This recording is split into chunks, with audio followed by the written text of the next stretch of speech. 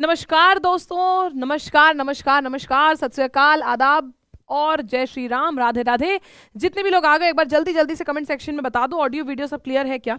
सब कुछ अगर बढ़िया से क्लियर है तो बिना किसी भी देरी के चलो शुरू करेंगे आज की इस एनालिसिस के संग यूपी पुलिस कांस्टेबल 2024 के दूसरे दिन की दूसरी पाली की एनालिसिस के संग हम आप सबके संग हम यूपी लैब के सारे फैकल्टीज बस कुछ देर में ही ज्वाइन करने वाले हैं। आप सबके संग लेके आ गए हैं आज के इस आखिरी दिन के आखिरी शिफ्ट की एनालिसिस। कैसा रहा पेपर, क्या क्वेश्चंस आए, कौन सा क्वेश्चन सही है, कौन सा क्वेश्चन आपने जो किया वो गलत है, मतलब पूरा आंसर आपको टैली यहाँ पे हम कराने वाले हैं।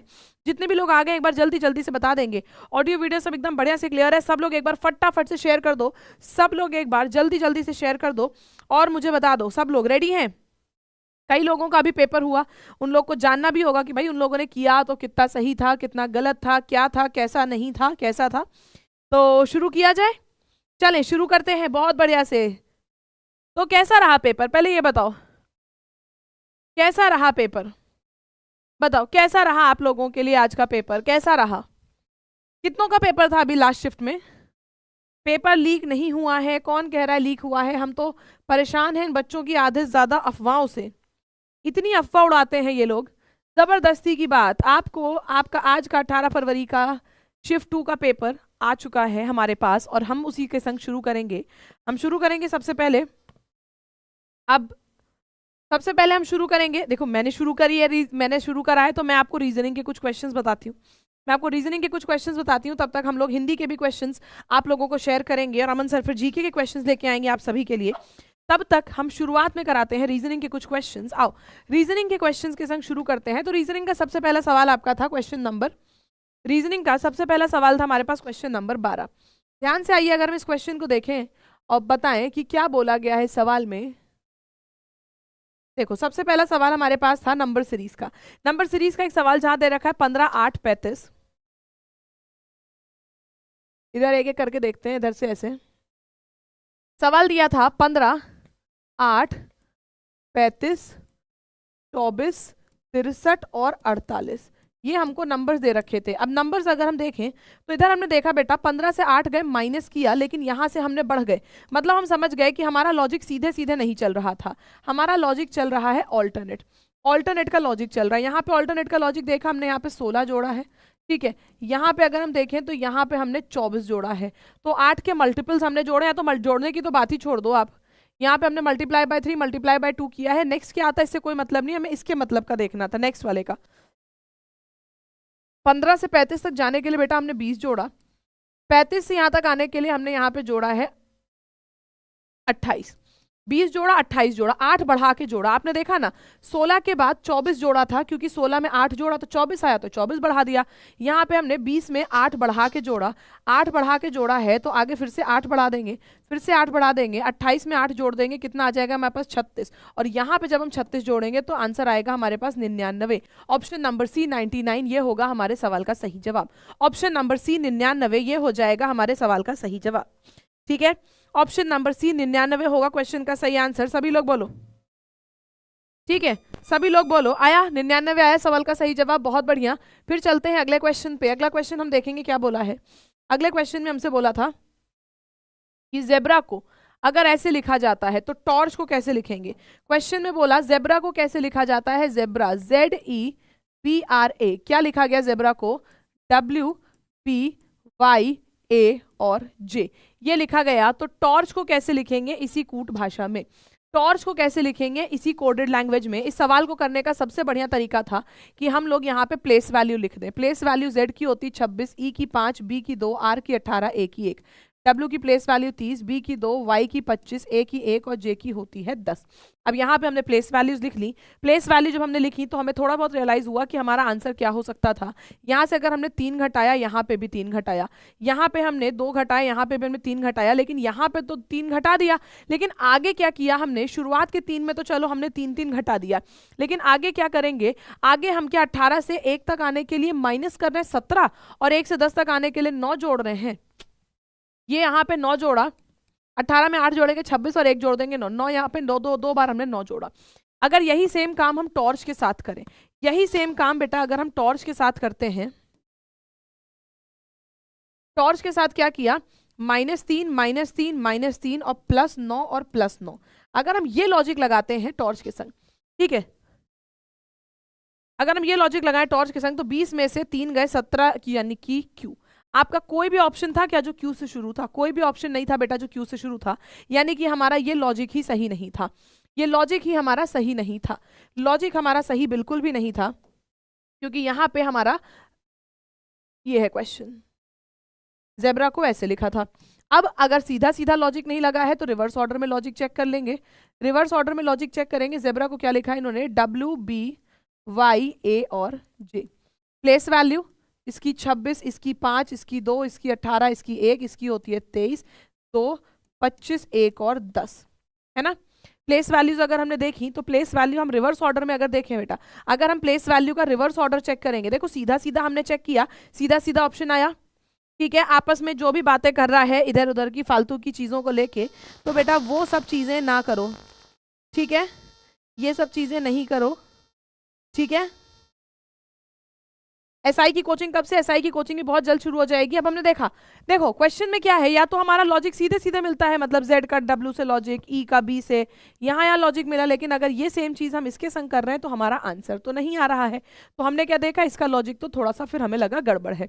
कोई बात नहीं, तो हम रिवर्स में लॉजिक चेक करें, या तो भाई हम रिवर्स में लॉजिक चेक करें, तो रिवर्स में अगर लॉजिक चेक करते हैं तो हमारे पास यहाँ पे तो +10 किया, यहाँ पे -4, यहाँ पे फिर से उल्टा उल्टा सीधा चल रहा था, उल्टा सीधा चल रहा था यहाँ पे लॉजिक। तो क्या लॉजिक चल रहा है बताओ? 17 मॉर्निंग का पेपर लीक नहीं हुआ है। अरे बेटा कोई पेपर लीक नहीं हुआ है, कोई भी पेपर हमारा लीक नहीं हुआ है, ठीक है। चलो हमें हिंदी के क्वेश्चंस जिसको देखने के लिए सबसे ज्यादा लोग उतावले थे, हिंदी के क्वेश्चंस के आंसर मिल गए हैं। हिंदी के क्वेश्चंस के आओ आंसर करते हैं, है ना। और हिंदी के आंसर हमको मिल चुके हैं। हिंदी के क्वेश्चंस देखते हैं। हिंदी क्वेश्चंस के लिए सब लोग बहुत ज्यादा वेट कर रहे थे। हिंदी का हमारा शुरू है क्वेश्चन नंबर 36 से। नहीं, यहाँ नहीं है।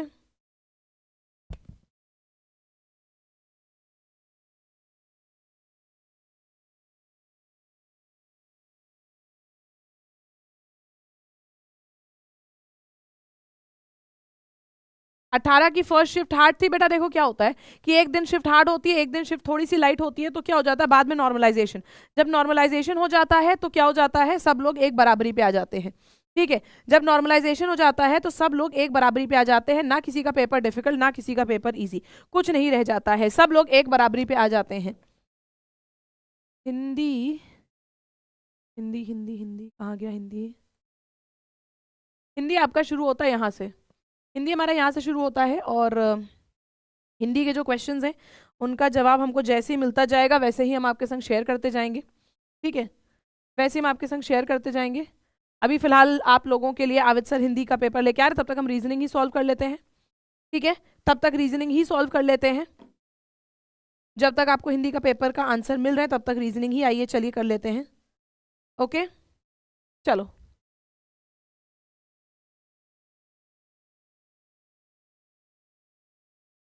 हाँ तो यहाँ पे आओ, चलते हैं।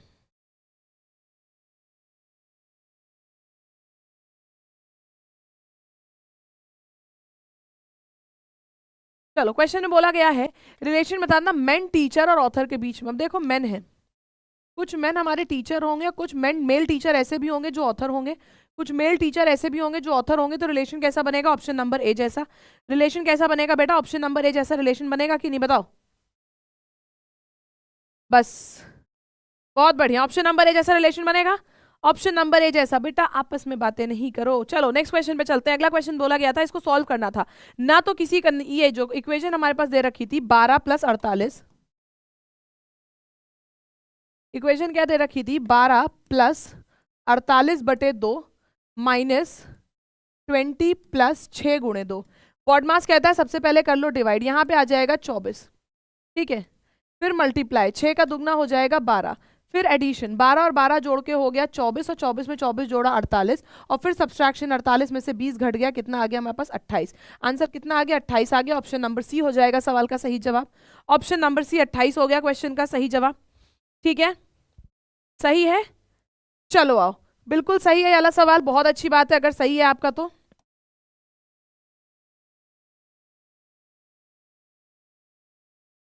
अब देखो क्वेश्चन दिख रहा है। क्वेश्चन में बोला गया एक लाइन में चेतन जो है वो 18वें नंबर पे है टॉप से और 15वें नंबर पे है बॉटम से, तो उसमें टोटल कितने लोग होंगे, ये हमने कल क्लास में आप लोग को कराया था। टॉप से 18वें नंबर पे, बॉटम से 15वें नंबर पे, टॉप और बॉटम की पोजीशन को जोड़ के एक घटा देंगे तो टोटल आ जाएगा। टॉप से पोजीशन थी 18, बॉटम से पोजीशन थी 15, दोनों को जोड़ा कितना आया 33, 33 में से एक घटा दिया कितना आ गया 32, टोटल की वैल्यू कितनी आ गई, टोटल की वैल्यू आ गई 32, ऑप्शन नंबर सी 32 हो गया सवाल का सही जवाब। कितना हो गया, 32 हो गया सवाल का सही जवाब। आप लोगों का कल सेकेंड शिफ्ट में जो सवाल आया था, आज सेम वही सवाल फिर से आया है सेकेंड शिफ्ट में। पूछा गया है एक जो सही घड़ी है वो 2 बजे चलती है, 2 बजे का समय दिखाती है, जब घड़ी उसी दिन के शाम के 4 बजे का समय दिखाती है। दोपहर में 2 बजे से शाम के 6 बजे तक कितने घंटे चली है, 4 घंटे चली है।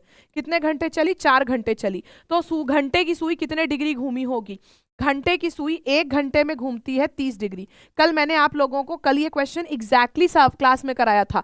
कल का सवाल था सुबह 9 बजे चली है दोपहर में 3 बजे तक कितना होगा, तो 6 घंटे था, 6 इंटू 30 180 आंसर था। यहाँ पे सवाल में कितना है, यहाँ पे 2 बजे चलिए दोपहर में 6 बजे तक आ रही है, कितना घंटा चली 4 घंटा। 1 घंटे में 30 डिग्री का एंगल बनता है, तो 4 घंटे में कितने डिग्री का बनेगा, 30 गुणे 4 यानी कि 120 डिग्री का। कितने डिग्री का बनेगा बेटा, 120 डिग्री का एंगल बनेगा। ऑप्शन नंबर बी 120 हो जाएगा सवाल का सही जवाब। ठीक है, बी 120 हो जाएगा सवाल का सही जवाब। ठीक है, मस्त हुआ है, बहुत अच्छी बात है, ये हो जाएगा आपके क्वेश्चन का सही आंसर। आपके एग्जाम में पूछा गया था ये सवाल, अच्छा सवाल था, कल के पेपर में भी पूछा गया था। जिसने कल की एनालिसिस देखी होगी उसको ये सवाल बहुत अच्छे से याद होगा, जिसने कल की एनालिसिस देखी होगी उसको ये सवाल बहुत ही ज्यादा अच्छे से याद होगा। अब इस क्वेश्चन को देख के आंसर करते हैं। क्वेश्चन में हमसे पूछा गया है, सवाल में हमसे पूछा गया था कितने ऐसे लोग हैं जो कि अर्बन तो हैं, गवर्नमेंट अर्बन भी हैं और गवर्नमेंट एम्प्लॉय भी हैं। अर्बन और गवर्नमेंट एम्प्लॉय का मतलब क्या था, कितने ऐसे मैन हैं, मैन होना चाहिए और अर्बन होना चाहिए और गवर्नमेंट एम्प्लॉय होना चाहिए, और आपका सर्किल का मतलब था सर्किल का मतलब था अर्बन, अर्बन में आए, और रेक्टेंगल का मतलब था मैन, मैन होना चाहिए, और स्क्वायर का मतलब था गवर्नमेंट एम्प्लॉय। एक ऐसा नंबर जो इन तीनों में आ रहा है, एक ऐसा नंबर जो इन तीनों में आ रहा है, वो संख्या थी हमारे पास 6। कौन सी संख्या हमको दिख रही है, 6। हमको 6 दिखी संख्या। कुछ लोगों ने यहाँ पे आंसर अलग अलग दिया, जैसे जिसका पेपर है जिस बच्ची का, उसने सी आंसर दिया है, तो वो गलत है आंसर।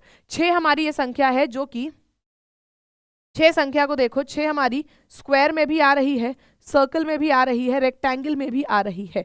आपसे यही तो पूछा गया था, स्क्वायर में भी आए, सर्कल में भी आए, रेक्टेंगल में भी आए, यानी कि हर जगह आने वाली होनी चाहिए ये संख्या, हर जगह आने वाली होनी चाहिए। हर जगह आ रही है, दिखा, हर जगह दिखा बेटा, आ रही है। यस, सही जवाब हो जाएगा ऑप्शन नंबर बी 6 हो जाएगा क्वेश्चन का सही जवाब। ऑप्शन नंबर बी 6 हो जाएगा हमारे क्वेश्चन का सही आंसर। ठीक है, चलो नेक्स्ट क्वेश्चन पे चलते हैं। अगला क्वेश्चन देख के आंसर करेंगे।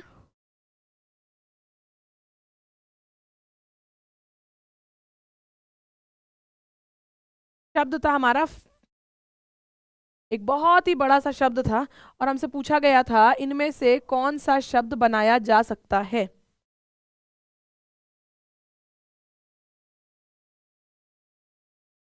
ये है आपके पास वर्ड, वर्ड था हमारे पास फैंटास्टिकेट, फैंटास्टिकेट वर्ड था। बोला गया था 4 अन्य शब्द दिए गए हैं जिनमें से एक दिए गए शब्द के अक्षरों का उपयोग करके बनाया जा सकता है, कैन बी फॉर्म्ड। पहले था सैटेलाइट, फैंटास्टिकेट में सैटेलाइट में एल आता है, फैंटास्टिकेट में एल नहीं था। फिर था टाइटन्स, TITAN और S टाइटन्स, ये हमारा बन सकता है ऑप्शन नंबर सी टाइटन्स, ये हमारा बन सकता था। क्या बन सकता था, टाइटन्स बन सकता था, ऑप्शन नंबर सी टाइटन्स हमारा बन सकता है। टाइटन्स हो जाएगा क्वेश्चन का सही जवाब। चलो नेक्स्ट क्वेश्चन पे आते हैं, अगला क्वेश्चन देख के आंसर करेंगे। यहाँ पे हमारे पास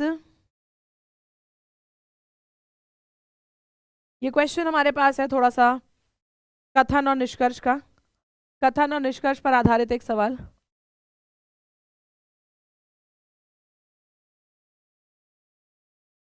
कथन हमसे कहता है, कथन हमसे कहता है यदि सभी खिलाड़ी अपनी पूरी क्षमता से खेलेंगे तो हम मैच जीतेंगे, हमने मैच जीत लिया है। अगर देखो, अगर खिलाड़ी पूरी एफिशिएंसी से, पूरी क्षमता से खेलेंगे तो मैच जीतेंगे। हमने मैच जीत लिया है, निष्कर्ष कहता है सभी खिलाड़ियों ने अपनी पूरी क्षमता से खेला, बिल्कुल खेला, तभी तो बोला गया है हमने मैच जीत लिया है। फिर बोला गया कुछ खिलाड़ी अपनी पूरी क्षमता से नहीं खेले, अगर ना खेले होते तो मैच कैसे जीतते। बोला है जब सब खेलेंगे तभी जीतेंगे मैच, सबने खेला तो मैच जीता। केवल पहला अनुसरण करता है, केवल पहला अनुसरण करता है, ये होगा हमारे सवाल का सही जवाब। अब चलिए हिंदी के भी आंसर्स आ चुके हैं, हिंदी के भी आंसर्स आ चुके हैं बेटा, और हिंदी के आंसर्स आ चुके हैं। हिंदी के संग शुरू करेंगे, हिंदी के संग शुरू करते हैं। हिंदी का सबसे पहला सवाल हमारे पास है, हिंदी का ये जो सेट हमारे पास आया है, हिंदी का जो सेट हमारे पास आया है, यहाँ पे हिंदी है 74 नंबर से, क्वेश्चन नंबर 74 से लेके हिंदी दे रखी थी। तो क्वेश्चन नंबर 74 में सबसे पहले दिया गया है निम्नलिखित में से सरस्वती शब्द का पर्यायवाची कौन सा है। सरस्वती शब्द का पर्यायवाची था कामिनी, सरस्वती शब्द का पर्यायवाची था कामिनी। फिर बोला गया है घूमने फिरने वाला साधु वाक्यांश के लिए एक शब्द निम्नलिखित में से कौन सा है। घूमने फिरने वाला साधु को हम कहते हैं योगी, ऑप्शन नंबर सी योगी होगा सवाल का सही जवाब। सॉरी, योगी नहीं होगा, पारिवा, ऑप्शन नंबर बी होगा। क्वेश्चन थोड़ा बहुत ज्यादा जूम है, इस वजह से दिख नहीं पा रहा है। ऑप्शन नंबर बी होगा यहाँ पे सवाल का सही जवाब, पारिवाचक या कुछ ऐसे लिखा है, बहुत ज्यादा ब्लर है तो वो दिख नहीं रहा है बेटा। फिर आता है क्वेश्चन नंबर 76 जिसमें बोला गया था श्रुति सम मिथ्यार्थक शब्द युग्म निवन निदन के सही अर्थ भेद का चयन कीजिए। तो इसको हम एक काम करते हैं, थोड़ा सा जूम आउट ही करके रखते हैं, ठीक है। इसका चयन कीजिए। 76 वाले का आंसर था ए, जिसका मतलब था निश्चित इरादा, ठीक है। 77 वाले क्वेश्चन में बोला गया था निम्नलिखित में से किस वाक्य में मुहावरे संबंधी अशुद्धि है। यह चुपचाप दम साधे पड़ा है। दूसरा था देश का प्राण न्योछावर करना सैनिक का धर्म है। तीसरा था राधा के सारे इरादों पर पानी फिर गया। चौथा था पुलिस को देखते ही रमेश के चेहरे पर हवाइयां दौड़ने लगी। चेहरे पर हवाइयां दौड़ती नहीं है बेटा, चेहरे की हवाइयां उड़ जाती हैं, दौड़ती नहीं है उड़ जाती हैं। तो यहाँ पे मुहावरे संबंधित अशुद्धि थी, ऑप्शन नंबर डी में। 77 का आंसर था ऑप्शन नंबर डी। फिर आते हैं अगले पे, निम्नलिखित में से किस विकल्प के सभी शब्द स्त्रीलिंग हैं। इसका आंसर था ऑप्शन नंबर ए, जिसका था समाधि और दीमक। ऑप्शन नंबर ए समाधि और दीमक, ये था हमारे सवाल का सही जवाब। फिर पूछा है गुरु शब्द का बहुवचन क्या होगा, गुरुजन। गुरु शब्द का बहुवचन हो जाएगा गुरुजन। फिर आता है अगला सवाल जिसमें पूछा गया था निम्नलिखित में से तत्सम तद्भव का कौन सा युग्म गलत है। तत्सम तद्भव का कौन सा युग्म गलत है, कौन सा ग्रुप यहाँ पे गलत है। तत्सम तद्भव पहले देख रखा था अक्षर आखर, दूसरा था याचक जावक, दूसरा था घट और घड़ा, और तीसरा था भिनी और भप, तो यहाँ चौथा था। तो इसका आंसर है option number D, option number D होगा यहाँ पे सवाल का सही जवाब। निम्नलिखित में से सेठ शब्द का तत्सम शब्द कौन सा है। सेठ शब्द का तत्सम शब्द है यहाँ पे श्रेष्ठी, ठीक है, श्रेष्ठी दे रखा है, ऑप्शन नंबर डी यहाँ पे सवाल का सही जवाब। फिर चलते हैं अगले सवाल पे। अगले क्वेश्चन में हमसे सबसे ऊपर पूछा गया है, सबसे पहला ही सवाल पूछा गया था क्वेश्चन नंबर 82, जहां पे बोला गया है संग्राम शब्द के मूल शब्द का उपसर्ग कौन सा होगा। संग्राम शब्द के मूल शब्द का उपसर्ग कौन सा होगा, ऑप्शन नंबर सी वहां पे होगा सवाल का सही जवाब। Option number C is the right answer. सम और ग्राम दे रखा है, ऑप्शन नंबर सी हो गया। फिर 83 वाला आता है जहां पे निम्नलिखित में से कौन सा अव्ययी भाव समास का उदाहरण है, ठीक है। इसका आंसर है ऑप्शन नंबर डी भरपूर, भरपूर है इसका सही जवाब। फिर 84 वाला सवाल था तू तुम तेरा आदि हिंदी के कौन से पुरुषवाचक सर्वनाम है। तो इसका आंसर था ऑप्शन नंबर सी, यानी कि मध्यम पुरुषवाचक सर्वनाम है, मध्यम पुरुषवाचक सर्वनाम है। फिर चलते हैं अगले पे, पूछा गया है अगला क्वेश्चन पूछा गया था लघुत्सव है या पता नहीं क्या है, मुझे समझ में नहीं आ रहा इस क्वेश्चन में क्या दे रखा था। इसका संधि विच्छेद क्या होगा, ठीक है, लघु प्लस उत्सव ये option number A B C D में से पूछा था, कंफ्यूजन था। इसका आंसर था जहां पे छोटी ऊ की मात्रा है, ऑप्शन नंबर बी वाला, जहां पे छोटी ऊ की मात्रा है, ये होगा सवाल का सही जवाब। फिर पूछा है कौन सा विराम चिन्ह दो प्रवक या दो शब्दों को जोड़ता है। इसका आंसर है हमारे पास ऑप्शन नंबर ए योजक चिन्ह, योजक चिन्ह, यानी कि आई बिलीव शायद हाइफन होता है इसका सही जवाब, इसका मतलब होता है हाइफन। फिर आता है नेक्स्ट पे,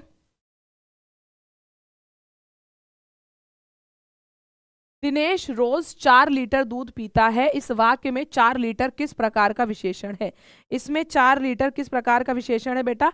यहाँ पे है परिणामवाचक विशेषण, यहाँ पे है परिणामवाचक विशेषण, ठीक है। बाजार से आकर गीता खाना पकाएगी, इस वाक्य में आकर किस क्रिया का उदाहरण है? आकर किस क्रिया का उदाहरण है? क्वेश्चन नंबर 88 इसका आंसर है पूर्वकालिक क्रिया। पूर्वकालिक क्रिया यानी कि हम पहले से ही इसको प्रेडिक्ट कर रहे हैं कि वो आएगी तो वो ये काम करेगी, तो हम पहले से इसका अनुमान लगा रहे हैं कि वो आने के बाद ये कार्य करेगी, इसलिए पूर्वकालिक क्रिया है हमारी, ठीक है। फिर उसके बाद है निम्नलिखित में से किस वाक्य में अपादान कारक है? शायद यही लिखा है, इसका आंसर है 89 का डी, मेज से पुस्तक गिरी, ये है इसका सही जवाब, ठीक है। फिर अगला पूछा गया है, अगला सवाल पूछा गया था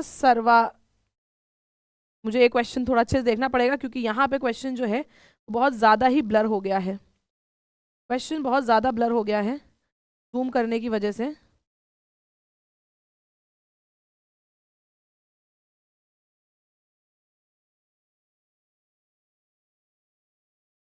स्वर्णिम शब्द में कौन सा प्रत्यय है?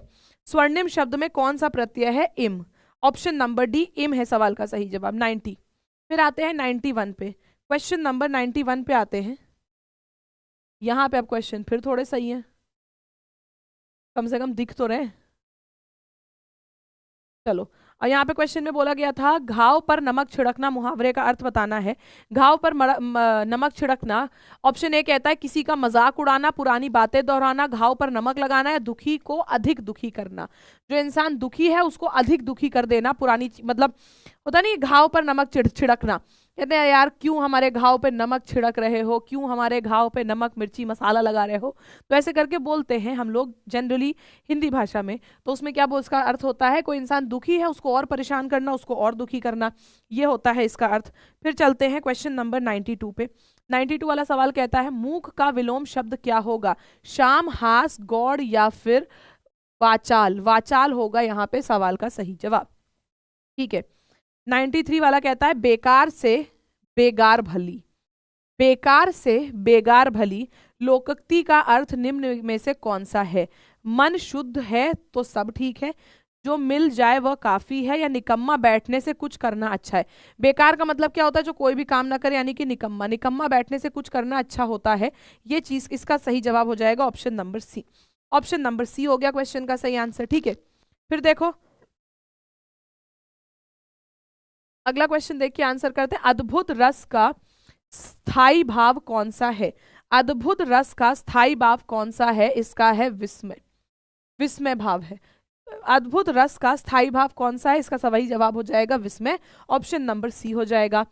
फिर अर्धसम मात्रिक का छंद है, अर्धसम मात्रिक का छंद है, यहाँ पे क्वेश्चन नंबर 95 आपसे पूछता है, ये हो जाएगा दोहा, ऑप्शन नंबर ए हो जाएगा सवाल का सही जवाब, ऑप्शन नंबर ए हो जाएगा सवाल का सही जवाब। ओएमआर बहुत सही से भरना है बेटा, ओएमआर भरने में गलती नहीं करनी है, ठीक है। राम कृपा भव निशा सिरानी, राम कृपा भव निशा सिरानी में कौन सा अलंकार है?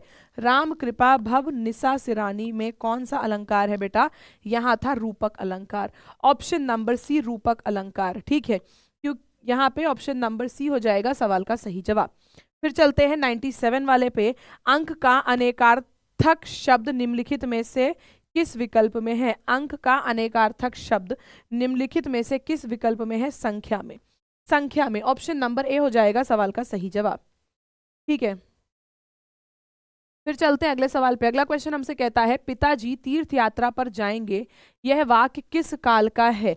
यहाँ पे क्या कर रहे हैं हम, ये वाक्य किस काल का है? पिताजी हमारे तीर्थ यात्रा पर जाएंगे सामान्य भविष्यवत काल, यानी कि फ्यूचर टेंस तो है लेकिन सिंपल फ्यूचर टेंस है, ठीक है। सिंपल फ्यूचर टेंस, जाएंगे मतलब ऑब्वियसली ये आगे का ही फ्यूचर की बात कर रहा है, भविष्य काल की, तो वर्तमान काल और भूतकाल और वर्तमान काल 3 ऑप्शन में दे रखे थे, ये तो वैसे ही गलत हो जाएंगे। जाएंगे बोला है ना तो वर्तमान है ना तो भूत है, ये भविष्य काल है, आगे की बात कर रहा है, जाएंगे। तो 4 में से 3 गलत है, एक ही सवाल सही था, ऑप्शन नंबर सी हो जाएगा सवाल का सही जवाब। ठीक है, फिर आता है अगला सवाल, मुझसे पत्र पर लिखा गया, मुझसे पत्र पर लिखा गया वाक्य में कौन सा वाच्य होगा? कर्मवाच्य, कर्मवाच्य होगा। ठीक है, कोई भी चीज हम कोई कार्य कर रहे हैं तो उसका मतलब होता है कर्म, तो कर्मवाच्य है, ऑप्शन नंबर ए यहाँ पे होगा सवाल का सही जवाब। ठीक है, ओके, टाइम प्रॉब्लम थी सिर्फ, बाकी क्वेश्चन इजी था। अच्छा, टाइम प्रॉब्लम थी, बाकी क्वेश्चन इजी था। फिर चलते हैं यहाँ पे हमारा फिर क्वेश्चन शुरू हो जाता है गद्यांश का, फिर बाकी गद्यांश का शुरू हो जाता है, तो गद्यांश का कोई खास उतना रोल नहीं है यहाँ पे करने का। 102 से लेके 104 तक गद्यांश शुरू होता है, फिर आ जाता है हमारा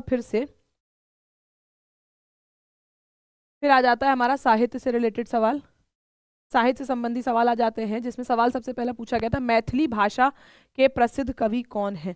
मैथिली भाषा के प्रसिद्ध कवि कौन है? ABCD में से विद्यापति, तुलसीदास, विद्यापति, जायसी और बिहारी लाल में विद्यापति है सवाल का सही जवाब।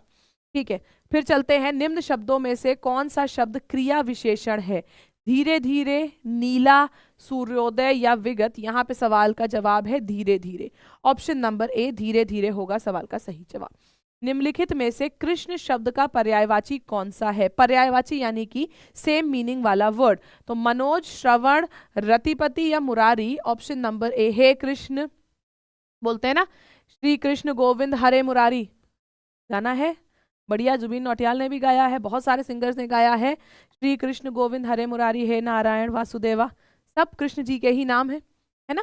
तो कुछ भी आप ले लो, यहाँ पे कुछ भी ऑप्शन में होता, गोविंद होता, कृष्ण तो दिया ही हुआ है, हरि है, मुरारी है, नारायण है, वासुदेवा है, सब उन्हीं के नाम है। तो यहाँ पे ऑप्शन नंबर ए मुरारी हो जाएगा सवाल का सही जवाब। ठीक है, ऑप्शन नंबर ए मुरारी हो जाएगा क्वेश्चन का सही जवाब। चलो नेक्स्ट पे चलते हैं, अगला सवाल है, श्रुतिदास भिन्नार्थक शब्द पानी और पानी का अर्थ निम्नलिखित में से कौन सा है? पानी और पानी का अर्थ निम्नलिखित में से कौन सा है? ऑप्शन नंबर ए जल हाथ, ये है सवाल का सही जवाब, ए जल हाथ है सवाल का सही जवाब। 109 बोलता है, जो सदा दूसरों पर संदेह करता है, इस वाक्यांश के लिए एक शब्द निम्नलिखित में से कौन सा होगा? दयालु, झगड़ालू, ईर्ष्यालु या शंकालु?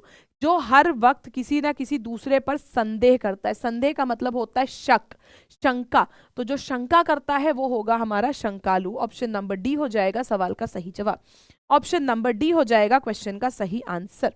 ठीक है, फिर चलते हैं अगले सवाल पे, कामसूत्र निम्नलिखित में से किसकी रचना है? कौटिल्य, भरत मुनि, वात्स्यायन या बाणभट्ट? तो यहाँ पे है option number C Vatsyayana, option number C है सवाल का सही जवाब। फिर चलते हैं अगले पे, निम्न में से संत कबीर की कृति कौन सी है? बीजक, मृगावती, यामा या सूरसावली? तो यहाँ पे क्या आंसर हो जाएगा? बीजक, ऑप्शन नंबर ए बीजक होगा सवाल का सही जवाब। यहाँ पे आप लोगों में से जिसका जिसका भी आज पेपर था वो अपने उसने आंसर्स मैच किए, आंसर्स मैच किए कि नहीं मैच किए, बताओ। ठीक है, ओके, पेपर हम लोगों का कोई भी बहुत ज़्यादा डिफिकल्ट नहीं था, पेपर कोई भी बहुत ज़्यादा डिफिकल्ट नहीं था, जितने हमारे क्वेश्चंस आए वो हमने यहाँ पे कराया आपको। हिंदी के सारे क्वेश्चंस हमने मैच किए कि नहीं, बताओ। हिंदी के क्वेश्चंस मैच किए कि नहीं, सब लोग बताओ। हिंदी के क्वेश्चंस मैच हुए, बढ़िया से मैच किए सबने? चलो बढ़िया से, अगर हिंदी क्वेश्चन सबने मैच किए हैं तो चलते हैं हम वापस से अपनी रीजनिंग के क्वेश्चंस के संग शुरुआत करते हैं, रीजनिंग के क्वेश्चंस के संग शुरुआत करते हैं। और रीजनिंग का पहला सवाल हमारे पास ये रहा, रीजनिंग का एक सवाल, पहला नहीं मतलब काफ़ी सवाल कर चुके हैं हम रीजनिंग के, एक और सवाल रीजनिंग का हमारे पास ये रहा। ठीक है, आओ देखते हैं, यहाँ पे क्वेश्चन में बोला गया है कि ये शब्द है हमारे पास, ये एक फिगर दे रखा है हमको, जब इसको मोड़ेंगे तो कैसा बनेगा? फिगर हमारा क्या था? फिगर था ये के, ठीक है, और हम इसको ऐसे मोड़ रहे हैं, ठीक है, ये हमारे पास बना हुआ है और ये ऐसे मोड़ रहे हैं। जब इसको मोड़ेंगे तो कैसा दिखेगा बेटा? जब इसको मोड़ेंगे तो ये जो हमारी लाइन थी, जो राइट साइड थी वो लेफ्ट साइड आ जाएगी, और ये भी राइट साइड थी वो लेफ्ट साइड आ जाएगी, तो ये सब हट गया और ये फिगर हमारा ऐसा बन गया, ब्लूटूथ वाला सिंबल जैसा फिगर बन गया।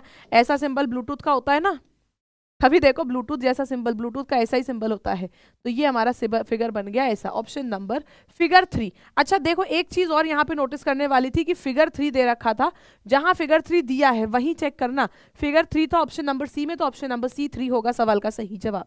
ऑप्शन नंबर सी 3 होगा हमारे सवाल का सही जवाब। अभी कहीं जाना नहीं है, क्योंकि जीके की भी कहीं मत जाओ बेटा, क्योंकि जीके के सभी क्वेश्चंस अभी अमन सर आप लोगों को कराने आ रहे हैं। जीके के सारे क्वेश्चंस, मतलब जो जो क्वेश्चंस आपके पूछे गए वो सारी चीजें आप यहाँ पे आराम से वेरीफाई कर सकते हो, टैली कर सकते हो यहाँ पे, अगर आप लोग बैठे रहते हो थोड़ी देर और तो रुकना है, कहीं जाना नहीं है, ठीक है। आओ चलो चलते हैं अगले सवाल पे। अगला क्वेश्चन हमसे कहता है, अगला क्वेश्चन हमारे पास ब्लड रिलेशन का। एम पी का पुत्र है, एम पी का पुत्र है, ठीक है, क्यू ओ की पोती है जो पी का पति है।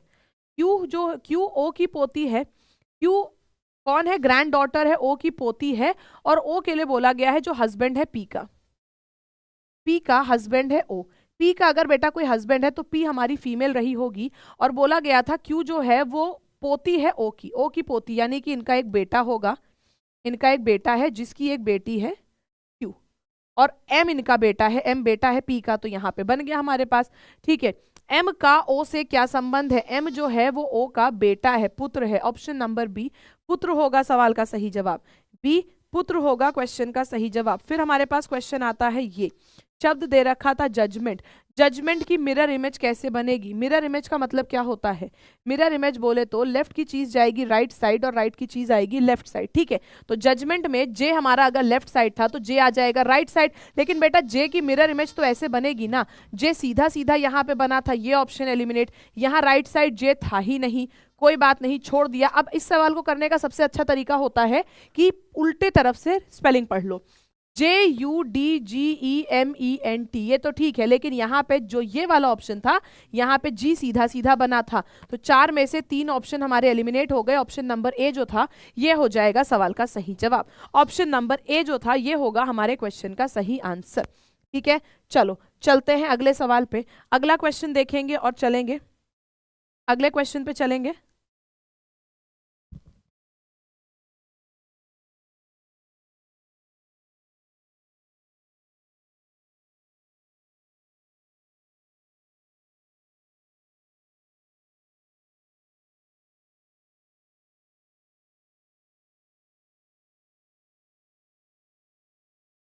चलो बेटा ये आ गया हमारे पास रीजनिंग एक सवाल, जहां पे हम लोगों को बोला गया है कि देखो सवाल हमसे 2 तरीके के पूछे जाते हैं ऑर्डर में लगाने के, या तो डिक्शनरी ऑर्डर आता है या तो मीनिंगफुल ऑर्डर आता है। डिक्शनरी ऑर्डर आपके चारों में से किसी शिफ्ट में नहीं पूछा, मीनिंगफुल ऑर्डर पूछा गया।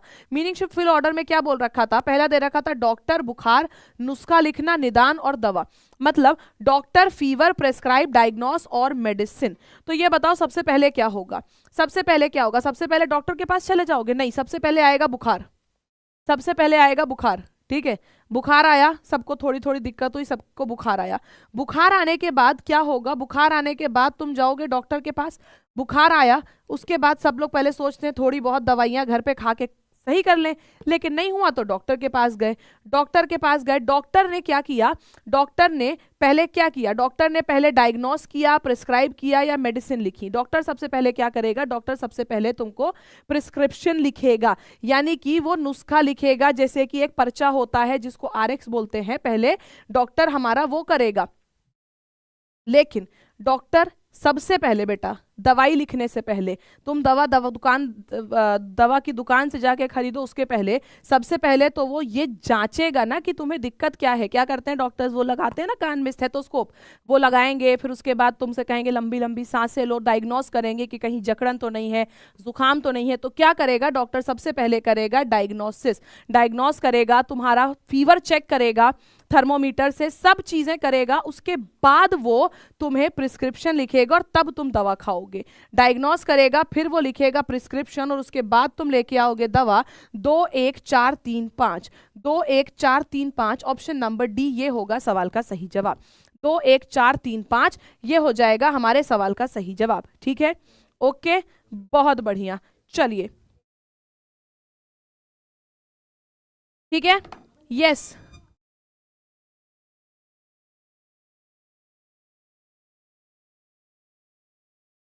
चलो चलिए। क्या हाल है दोस्त? कैसे हो बालक? हाँ जी, आजा भाई, आजा भाई, आजा भाई, आजा भाई। बच्चे कैसे हो? शाबाश बालक, आ जाओ। उम्मीद है मस्त हो गए, जबरदस्त हो गए, बेहतरीन हो गए। और शुरू करते हैं हम लोग अब अपनी कहानी। एक मिनट रुकिएगा।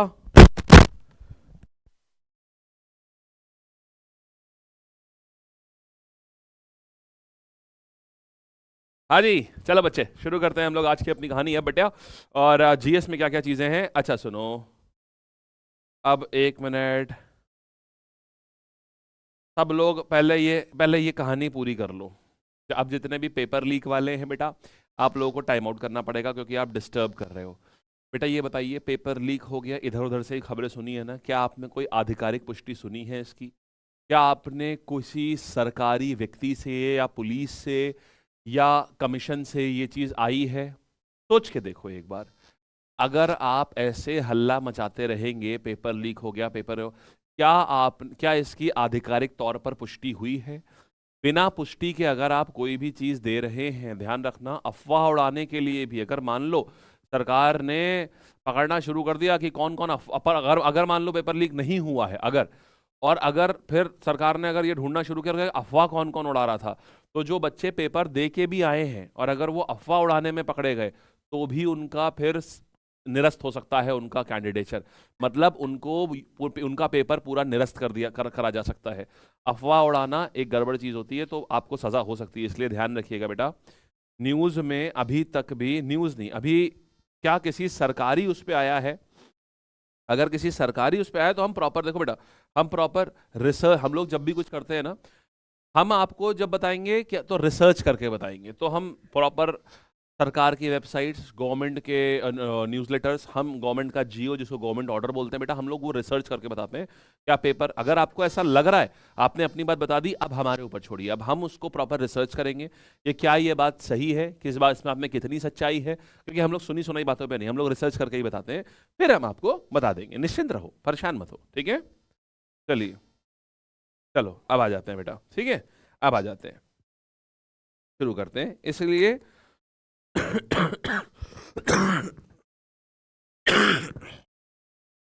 आओ, नहीं बेटा ऐसा नहीं होता है। और आपके पास भी जब तक कोई पुष्टि आपने अपने खुद से नहीं दिया, तो जब तक, देखो इधर उधर की बातों पे तो यकीन करना, सोचो ना, फिर एक पढ़ा लिखा व्यक्ति और एक बिना पढ़े लिखे व्यक्ति में क्या हो रहा? अगर अफवाह पे ही यकीन करना था तो सोचो बेटा इतने सालों की पढ़ाई क्यों करी, है ना? सही बात है ना? तो थोड़ा सा रुक जाओ, सब आ जाएगी चीजें, आ जाओ। अच्छा, अब शुरू करते हैं बच्चे। आ गया जीएस 10 11 12, ये हो गया 27। आओ बेटा यहां से, हाँ ठीक है, सारे बच्चे बहुत तेजी से आंसर देंगे, ये ध्यान रखिएगा, बहुत तेजी से सारे बच्चे आंसर देंगे। देखो कहानी हमारे पास बेटा क्या आ गई है, आ जाओ सब बच्चे यहाँ आ जाइए। और अब देखिए यहाँ पर आंसर, सबसे बड़ी, सब एक तरफ से आंसर देखेंगे। निम्नलिखित में से भारतीय राष्ट्रीय युवा दिवस बेटा, नेशनल यूथ डे किस पे मनाते हैं? कुछ नहीं, बहुत ही सिंपल सी बात है बच्चे, ये स्वामी विवेकानंद जी के जन्मदिवस पर कराते हैं। शाबाश, बहुत बढ़िया। हाँ जी, हाँ जी, सलेंद्र बाबू, आप स्टेनो का पेड कोर्स ले सकते हो बेटा, आप वेबसाइट पे जाकर के नीचे डिस्क्रिप्शन है उसमें देख लो, अभी यहां पर पढ़ो, फिर हम बता देंगे अंत में, ठीक है? देखो बच्चे, तो क्या होता है, नेशनल यूथ डे बेटा स्वामी विवेकानंद जी के जन्मदिवस पर मनाया जाता है। ये 12 जनवरी को इसको मनाते हैं, बिल्कुल सही बात है। इनमें से कौन सा अम्ल सिरके में मौजूद है बच्चे? कल भी बताया, कल शाम को भी बताया, आज सुबह भी बताया और अभी फिर से बता रहे हैं। ये सवाल तो मतलब समझ लो 4 से 6 बार तो आज एग्जाम में आने से पहले 6 बार तो हम बता चुके हैं, है? तो इसका आंसर क्या हो जाएगा बेटा? एसेटिक एसिड हो जाएगा। कहां गया ये acetic acid? Option number B हो जाएगा। सिरके में होता है एसेटिक एसिड, समझ गए? फिर मामूली चीजों के देवता, the God of small things, ये अरुंधति रॉय ने लिखी है बच्चे, ये अरुंधति रॉय ने लिखी है, the God of small things. और आ जाओ, यहां तक की बात समझ आ गई?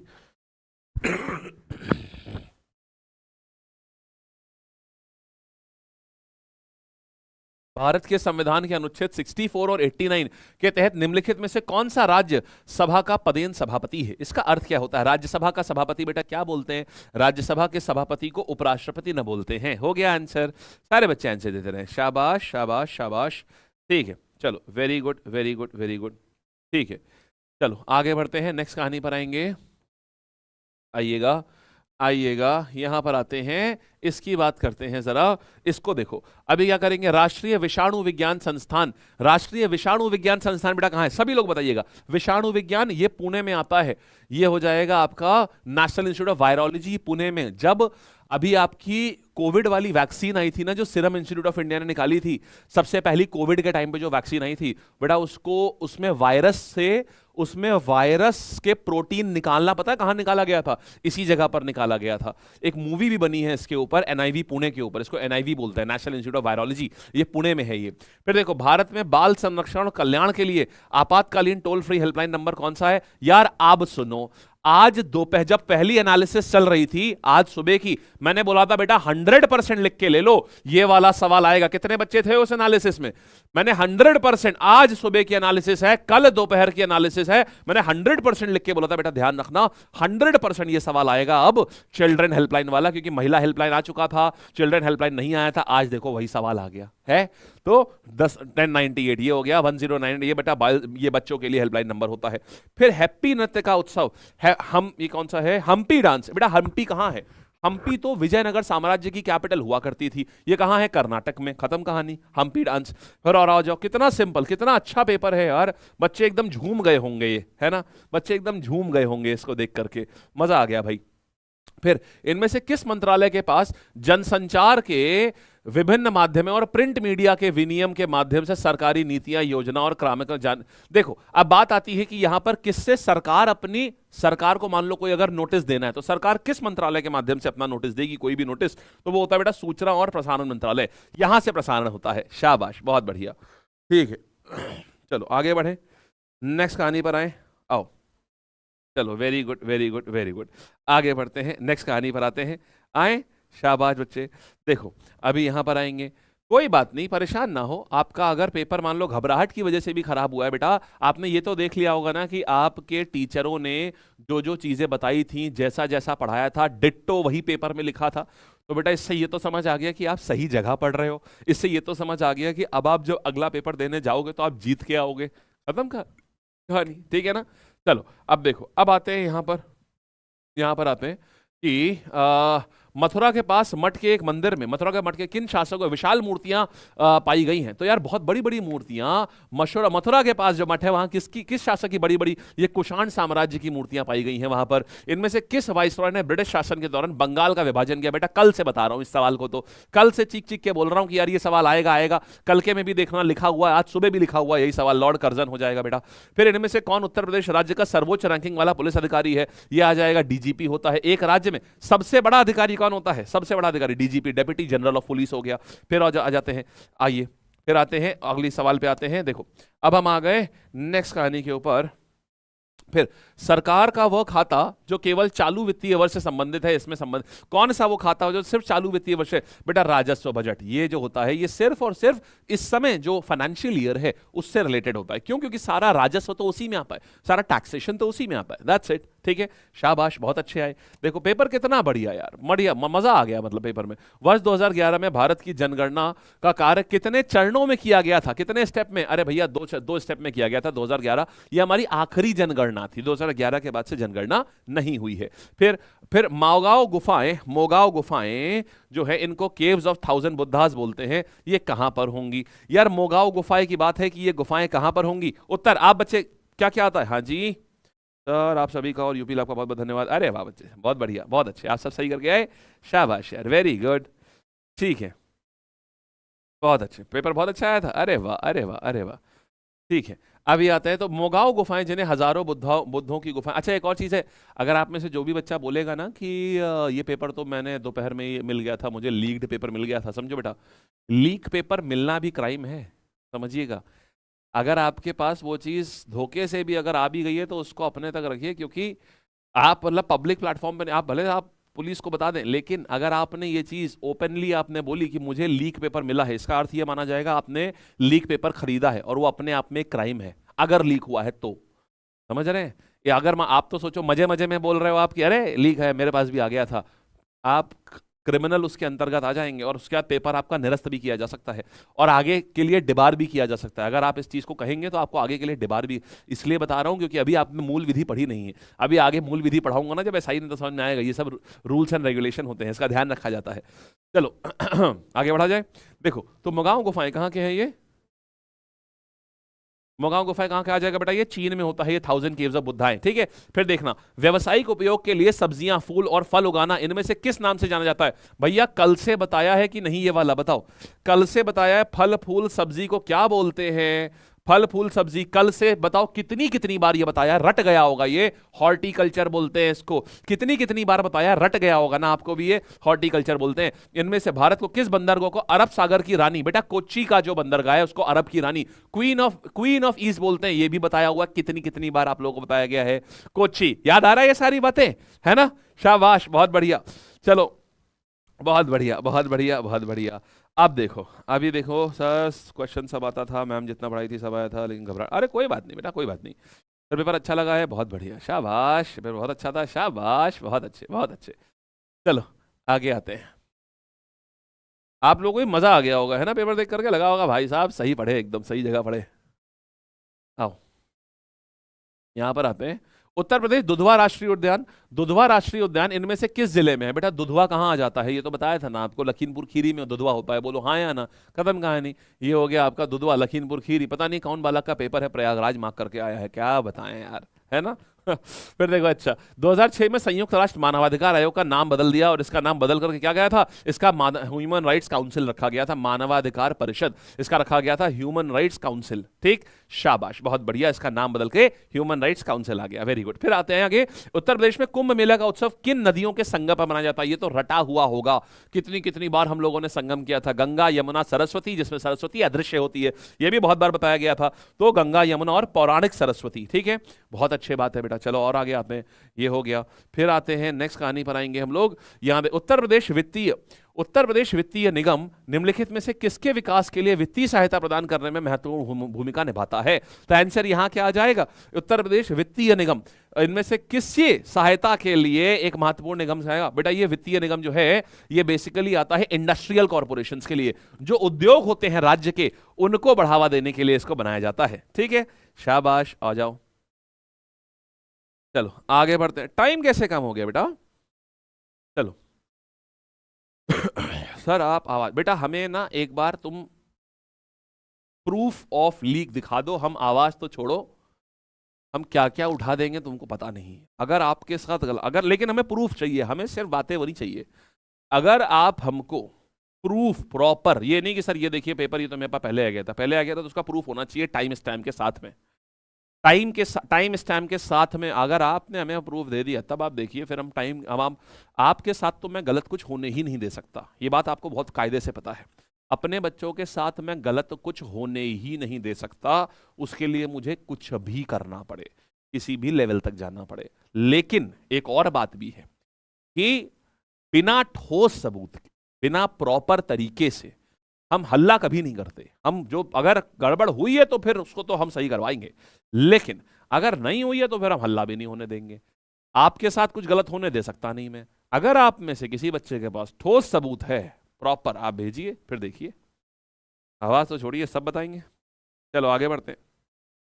अब देखो, अब आगे बढ़ते हैं, यहां पर आते हैं। देखो बेटा, अब आ गए यहां पर उद्योग देख लिया। अब आओ नेक्स्ट हमारे पास में क्या आ गया, यहां देखना। हाल ही में अक्टूबर 2023 में भारत और किस पड़ोसी देश ने आर्थिक प्रौद्योगिकी सहयोग समझौते की बातचीत फिर से शुरू कर दी है? तो किसने शुरू करी है? फिर से भारत और श्रीलंका ने, क्योंकि रुक गया था चाइना की इन्फ्लुएंस की वजह से बेटा, रुक गया था, फिर से शुरू कर दिया भारत और श्रीलंका ने। शाबाश। और आगे बढ़ जाते हैं। फिर एनआईए का पूर्ण रूप बताइए। नेशनल इन्वेस्टिगेटिंग एजेंसी, यार एनआईए हो गया, नेशनल इन्वेस्टिगेटिंग एजेंसी, ये हो गया। फिर इजराइल और हमास संघर्ष क्षेत्र से भारतीय नागरिकों को, यार ये कितनी बार आई है ये चीज यार, इजराइल और हमास से भारतीयों को निकालने के लिए कौन सी चीज करी गई थी? अब सोचो ये भी चीज कितनी बार हुई है ना? शाबाश। तो आंसर क्या आ जाएगा? ऑपरेशन अजय हो जाएगा ये। चलो और आगे आते हैं, ये हमने देख लिया। पेपर बहुत मस्त है भाई, मजा आ रहा है सॉल्व करके, है ना? बहुत मजा आ रहा है सॉल्व करके। आ जाओ बेटा और आगे आते हैं। फिर देखो, अच्छा, हाल ही में प्रधानमंत्री श्री नरेंद्र मोदी ने अयोध्या में नवनिर्मित हवाई अड्डे का उद्घाटन किया है। इस नवनिर्मित हवाई अड्डे का नाम बताइए यार, क्या हो जाएगा? महर्षि वाल्मीकि अंतरराष्ट्रीय हवाई अड्डा, अयोध्या का हवाई अड्डा कितनी बार करा हुआ है। ठीक है, शाबाश, आगे बढ़े, वेरी गुड। नेक्स्ट कहानी पर आए। ठीक है बेटा, एसआई से लेके सारी बातें हम बताएंगे, कैसे क्या होगा, एसआई की तैयारी सब बताएंगे। ठीक, चलो, हाल ही में प्रधानमंत्री ने लक्षद्वीप द्वीप समूह सबमरीन ऑप्टिकल फाइबर कनेक्शन परियोजना की शुरुआत करके, बेटा कल भी यह सवाल आया था, कल पूछा गया था कि इस ऑप्टिकल फाइबर की शुरुआत करने कौन गया था, उसका उत्तर था प्रधानमंत्री। सेम क्वेश्चन आज की शिफ्ट में पूछ लिया है यहां पर। तो इसकी घोषणा 2020 में लाल किले में स्वतंत्रता दिवस के भाषण के दौरान की गई थी। पूछ रहा है प्रधानमंत्री ने डैश लक्षद्वीप, किसके लक्षद्वीप और किसके बीच में ये हो रहा था? तो ये थ्रिसूर और लक्षद्वीप, ये केरला में पड़ता है बेटा, थ्रिसूर। ठीक है, चलो शाबाश यार। नेक्स्ट कहानी के ऊपर आते हैं, बहुत अच्छी बात है। हाँ, आओ आगे बढ़े, यहां तक हो गया, शाबाश। और आगे बढ़ते हैं। देखो, अब देखो, उत्तर प्रदेश के कौशाम्बी जिले के कौशाम्बी ब्लॉक ने नीति आयोग के एबीपी की पहली डेल्टा रैंकिंग में कौन सा स्थान हासिल किया? आज के पहले शिफ्ट में आया था कि दूसरा स्थान किसने? आज के यार सेम सवाल रिपीट हो गया भाई, ये आज की पहली शिफ्ट में आया था कि दूसरा स्थान किसने लाया है, उसका आंसर था उत्तर प्रदेश, और यही सवाल रिपीट हो गया, इसका आंसर द्वितीय। जो भी बच्चे पहली एनालिसिस देख करके गए होंगे उनका उन्होंने 100% सही किया होगा, क्योंकि आज सुबह की शिफ्ट में सवाल ये बताइए सेकंड नंबर पे कौन आया था, उसका आंसर था यूपी। अब पूछा है यूपी की रैंक क्या थी, आंसर है सेकंड, है ना, शाबाश। चलो आगे बढ़ते हैं। ठीक, स्पैम मत करो बेटा। स्पैम क्यों कर रहे हो बच्चे? स्पैम क्यों कर रहे हो ये बताओ, क्या होगा स्पैम करके? टाइम आउट हो जाओगे, है ना। स्पैम करोगे तो टीम टाइम आउट कर देगी। स्पैम मत करो। ये सोचो ना कि सबको अपनी बात कहने का हक है, और अगर तुम ही मान लो पूरा चैट भर दोगे अपनी बात कह करके, तो फिर क्या बाकी बच्चे कह पाएंगे? हमारे लिए तो सारे बच्चे बराबर है ना। फिर चलो, अभी देखो, यूपीएसआई का फॉर्म बेटा आ जाएगा 15 से 20 दिन के अंदर अंदर आ जाएगा इसका फॉर्म। ठीक, आ जाओ। अब और आते हैं आगे, यहां तक की हमने बात देख ली है, अब और आते हैं आगे, ये देख लो। चलो, उत्तर प्रदेश के ऑनलाइन वित्तीय धोखाधड़ी की रिपोर्ट करने हेतु व्यक्तियों के लिए साइबर क्राइम हेल्पलाइन नंबर पर शिकायत करने की समय सीमा क्या है? कितने घंटे के अंदर वित्तीय धोखाधड़ी की रिपोर्ट करने हेतु व्यक्तियों के लिए साइबर क्राइम हेल्पलाइन नंबर पर शिकायत करने की समय सीमा क्या है? 24 घंटे के अंदर, 48 घंटे के अंदर। अगर किसी के साथ वित्तीय धोखाधड़ी हुई है तो कितने अंदर? 24 घंटे के अंदर अंदर करिए तो आपका पैसा वापस आ सकता है। फिर केंद्रीय और राज्य करों को जटिल जाल की जगह जीएसटी का वर्ष, जीएसटी कब लागू किया गया? बेटा कल ही तो बताया है, और कल बोला था कि भैया इसमें से 5 चीजें बता रहा हूं, एक चीज 100% आएगी, लो आ गई। तो आंसर क्या आ गया? 2017। फिर ब्रिक्स 2024 के लिए किस देश की अध्यक्षता 1 जनवरी से प्रारंभ हुई है? यार इस समय ब्रिक्स का अध्यक्ष कौन है? इस बार कौन आ रहा है? अरे भाई रशिया आ रहा है ना, साउथ अफ्रीका पिछली बार था, अभी आपकी कौन आ जाएगा? आपका